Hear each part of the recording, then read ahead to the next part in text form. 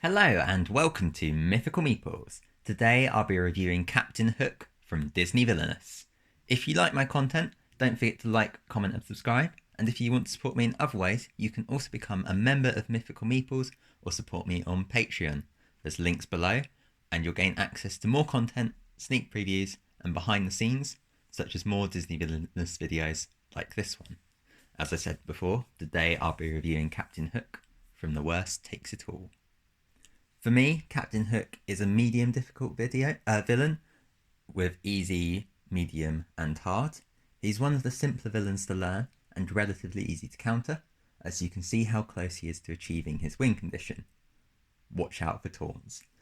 He has a wide array of allies to defeat the heroes, as well as a pair of cutlasses to strengthen them further. Captain Hook also has a multitude of items he can use to gain extra actions each turn. Racking up the power of Captain Hook couldn't be easier. I really enjoy playing as Captain Hook. While it can be frustrating digging through both your Fate deck and Villain deck to look for Peter Pan and the Neverland map, it forces your opponent to choose between fating you and risk playing Peter Pan to help you, and to leave you to play your own game. Captain Hook is enjoyable for new and experienced players alike, whether you're playing with or against him. He's a firm favourite in our house. He feels well balanced, although it can feel hopeless when you stare down his host of allies at the Jolly Roger. So I've been keeping track of all of the games that I've played, and Captain Hook has won about 50% of his two-player games. So if you're looking for a balanced hero to play with for two players, I'd really recommend Captain Hook. So now I'm going to talk about my top 3 cards. As with all of my Villainous reviews, this doesn't necessarily mean ones that directly help you achieve victory, such as the Neverland map, which you have to play to unlock the Lost Boys hideout. Likewise, things like Scarab Pendant and Magic Lamp for Jafar. But it's cards that I think really help you to achieve your victory anyway, or that you'll want to play and you'll find useful. So the first card in my top 3 is Ingenious Device. So this gives a location to move a hero ability, which you already have at the Lost Boys hideout. So being able to move heroes around the board is incredibly strong, positioning them where you wish, and with this card, you can potentially do it twice a turn. Splitting Headache will give you a headache, pun intended, as it can be used to get rid of Ingenious Device. However, if you get this card early enough, you can prevent heroes being used to block your location by moving them all to one location and keeping those top spaces of your board free. I tend to place all my heroes in the Jolly Roger, as I find that the least useful location to have open. Later on, you can use this card to move Peter Pan to the Jolly Roger faster, or if you played it to the Jolly Roger, or a location with a cannon, you can use it to move Peter Pan and vanquish him on the same turn. For me, some of the most powerful abilities in the games are the ones that let you control your Fate deck and your heroes. Captain Hook has a lot of control over his heroes, and you really need to make use of this to win. So having all of your heroes stacked up on the Jolly Roger means that you have a lot more of your board to use than other players will. The second card in my top 3 is Hook's Case. So this is a great source of power. The earlier you play this card, the more use you get from this. I tend to play Hook's Case at Mermaid's Lagoon or Skull Rock, which are these two locations. And then I use the move an item spot at Mermaid Lagoon to move it around so that I can generate more power more quickly. I often find in the late game, Captain Hook ends up with a surplus of power, but because your allies are relatively expensive, you will find this really useful early on, and it really helps you to start playing a lot sooner. The third card in my top 3 is one of your allies, the Boarding Party.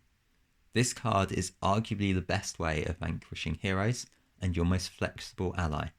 Whilst it's not as strong as the Pirate Brute or Smee, it's able to vanquish heroes at adjacent locations is invaluable, and it can drastically speed up your ability to vanquish distant heroes. I often find heroes are played to Hangman's Tree if it's unlocked, or Mermaid Lagoon if it's not, which means if an opponent plays Taunt on one of them, you must move them and Peter Pan to win, because most likely you'll have placed a lot of your allies at the Jolly Roger, because that's where you'll stack up your heroes, and that's where you'll need to move Peter Pan to defeat him. So you'll need at least 8 strength of heroes there, of allies there. Boarding Party is also incredibly useful prior to unlocking Lost Boys hideout. as by placing it at Skull Rock, you can cover all 3 of your unlocked locations, the Jolly Roger, Skull Rock, and Mermaid Lagoon, leaving heroes vulnerable should you need to get rid of them.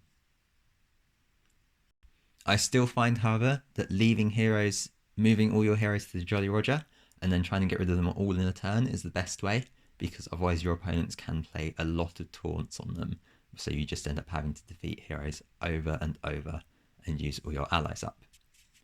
So those are my top 3 cards for Captain Hook. However, there is a special mention that I want to make, and this card will probably come as no surprise to anyone. So my special mention is the cannon. Any card that grants you extra actions is invaluable, and Captain Hook has 5 cards in his deck that do. 2 cannons, 2 Hook's cases, which I've already mentioned, and 1 Ingenious Device, which I've also mentioned. Whilst the cannon will see little use for the early part of the game, it combos incredibly well with the Ingenious Device, as I mentioned earlier. You can use them to vanquish at locations other than the Jolly Roger. It's also useful for performing multiple vanquishes in a turn, rendering those taunts useless. Alternatively, playing it at Lost Boy's hideout means you can move Peter Pan and vanquish him in the same turn. Like the Ingenious Device, it is vulnerable to Splitting Headache and will be another favourable target for them. So you have 2 cannons in your deck and you have the Jolly Roger, so by having all of these at one location, you can potentially vanquish both heroes with Taunt on and Peter Pan in the same turn.